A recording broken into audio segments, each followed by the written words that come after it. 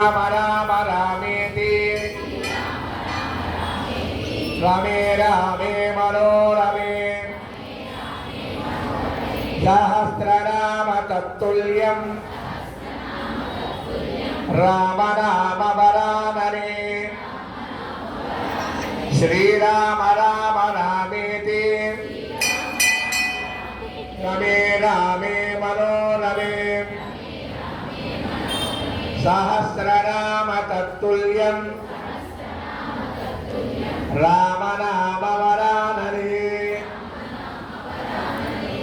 విష్ణు సహస్రనామ స్తోత్రం అంతా అయిన తర్వాత పార్వతీదేవికి ఒక సందేహం వచ్చి, స్వామి అందరూ కూడా ఈ విష్ణు సహస్రనామ స్తోత్రాన్ని చేయగలిగే అవకాశం ఉండకపోతుంది కదా, కొంతమందికి మాత్రమే చదవగలుగుతారు, అలా చదవలేని వాళ్ళకి ఏమిటి మార్గం అని సంస్కృతంలో ఒక ప్రశ్న వేసింది. పార్వచ్చువాచ కేనోపాయేన లఘునా విష్ణోర్నామ సహస్రకం పద్యతే పండితైర్నిత్యం శ్రోతుమిత్యామ్యహం ప్రభు. ఈ యొక్క విష్ణు సహస్రనామ స్తోత్రాన్ని ఎలా చేయాలి, ఎలా చేస్తే అమ్మవారి యొక్క స్వామివారి యొక్క అనుగ్రహం దొరుకుతుంది, సూక్ష్మంగా చెప్పండి అంటే ఇప్పుడు చెప్తాడు. ఈశ్వర ఉవాచ చెప్పండి. శ్రీరామ రామ రామేతి రమే రామే మనోరమే సహస్రనామ తత్తుల్యం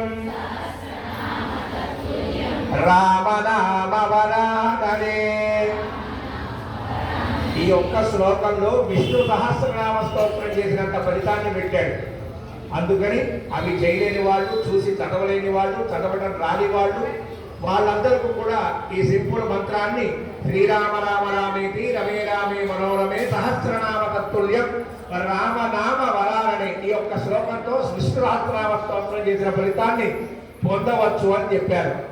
కాయేన వాచా మనసేంద్రియైర్వా బుద్ధ్యాత్మనా వా ప్రకృతే స్వభావాత్ కరోమి యద్యత్తకరం పరస్మై నారాయణాయేతి సమర్పయామి శ్రీమన్నారాయణాయేతి సమర్పయామి. జై బోలో పార్వతీ మాతకు. ఇవాళ విశేషం ఏంటో తెలుసా అండి?